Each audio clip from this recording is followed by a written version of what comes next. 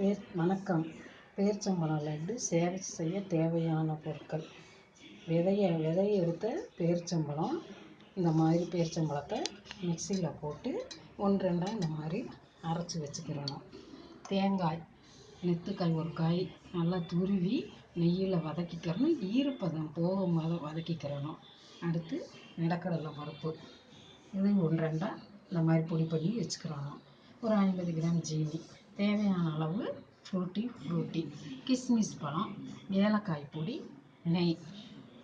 அடுத்து செய்கிறத பார்க்கலாம். பற்ற வச்சு வாணலியை வச்சுக்கிட்டேன். வாணலி வச்சு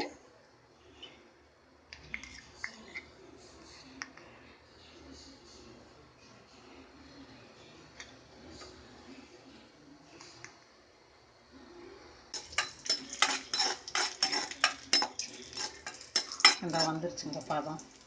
இந்த மாதிரி வரவும் இந்த தேங்காயை போட்டுக்கிறணும். ஏற்கனவே நெய்யில் வதக்கி வச்ச இந்த தேங்காயை போட்டுக்கிறணும். தேங்காயை போட்டு அடுப்பு கொஞ்சம் சிம்மில் வச்சுக்கிறணும். ஆனால் கொஞ்சம் குறைச்சி தான் வச்சுக்கிறோம். எவ்வளோக்கு ஒன்று சிம்மில் இருக்கணும் அவ்வளோ சிம்மிலேயே இருக்கட்டும் வச்சு இதையும் இன்னும் கொஞ்சம் வதக்கிக்கிறணும். கிஸ்மிஸ் பழத்தோட வதக்கி அடுத்தது இந்த பேரிச்சம்பழத்தை சேர்த்துக்கிறோம்.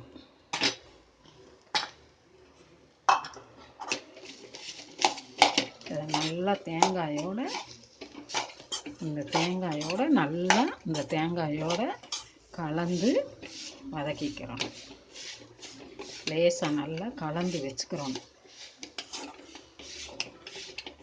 கலந்து வச்சுட்டு இந்த சர்க்கரை ஜீனியை 50 கிராம் ஜீனியை சேர்க்கணும்.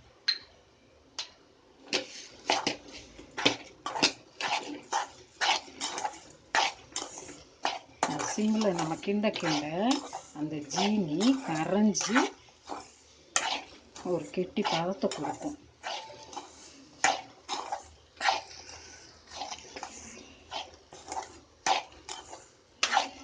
அப்படி இல்லைன்னா சிம்மில் வச்சு மூடி கூட வைக்கலாங்க. மூடி வச்சாலும் கூட இந்த ஜீனி கரைஞ்சி அப்படியே நம்ம ஒரு கெட்டி பதத்துக்கு இருக்கும்.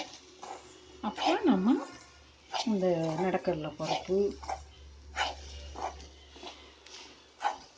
கொஞ்சம் நெய் தேவைப்பட்டால் சட்டியில் பிடிக்கிற மாதிரி இருந்தால் கொஞ்சம் நெய் விட்டுக்கலாம். நெய் விட்டு இந்த ஜீனி பாகம் கரையிறதே நம்மளுக்கு நெய் தேவைப்படாது. இருந்தாலும் தேவைப்பட்டால் விட்டுக்கிடலாம். அடியில் பிடிக்காமல் அடி பிடிக்காமல் நல்லா இப்படி கிண்டிக்கிட்டே இருக்கணும். கிண்டிக்கிட்டே இருக்க அந்த ஜீனி கரையும். கரைஞ்சி நல்லா வெந்திருக்கணும். நெய் விட்டுக்கணும். கொஞ்சோண்டு நெய் விட்டுக்கிட்டோம்னா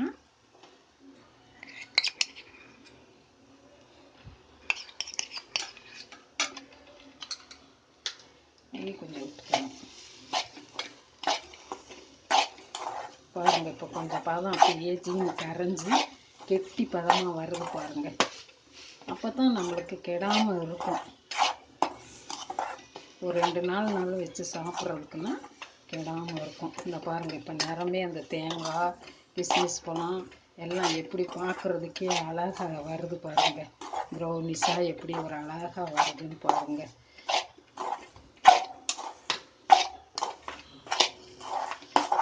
இந்த பதத்துக்கு இன்னும் நல்லா வரணும். இன்னும் கொஞ்சம் நல்லா பதத்துக்கு வரவும் அப்படியே உருட்டுற மாதிரி நல்லா பதத்துக்கு வரும். இப்போ பாருங்கள், நல்லா பேரிச்சம்பழம்லாம் நல்லா வெந்து வருது பாருங்கள். சட்டியில் ஒட்டாமல் வருது பாருங்கள். தேங்காயை போட்டு நெய் விட்டு பேரிச்சம்பழம், கிஸ்மிஸ் பழம் தான் போட்டிருக்கேன். எப்படி கலராக ஒட்டாமல் வருதுன்னு பாருங்கள். இந்த மாதிரி வரணும். நல்லா சிம்மில் வச்சு கொஞ்சம் நேரம் பொறுமையாக கிண்டணும்.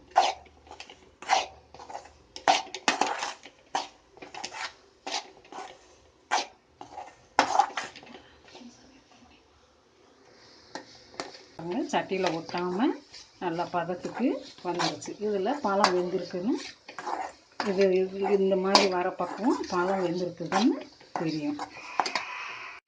அடுத்ததாக பொடி பண்ணி வச்சுருக்கிற நிலக்கடலை பருப்பு,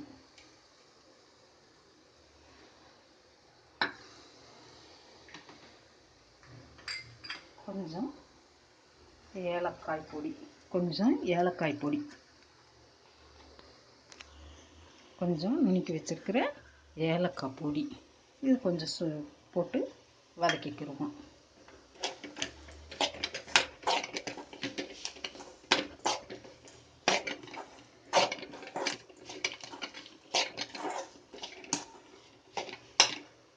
கொஞ்சம் இதுக்கு நெய் விட்டுக்கலாம்.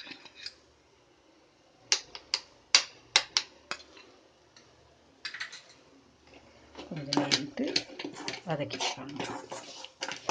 இப்போ பார்த்திங்களா இப்படி வந்துடுச்சு. இதோட நமக்கு தேவையான ஃப்ரூட்டி இன்னும் உங்களுக்கு பழங்கள், செர்ரி பழம், இந்த பழங்கள்லாம் தேவைப்பட்டால் யூஸ் பண்ணிக்கலாம். அவ்வளவுதாங்க, 5 நிமிஷம் வேலை தாங்க. இதை ஒரு கை பிடிக்கிற சூட்டுக்கு ஆற விடணும். கை பிடிச்சி நம்ம லட்டு பிடிச்சி வைக்கிறதுக்கு ஆற விடணும். ஆற விட்டு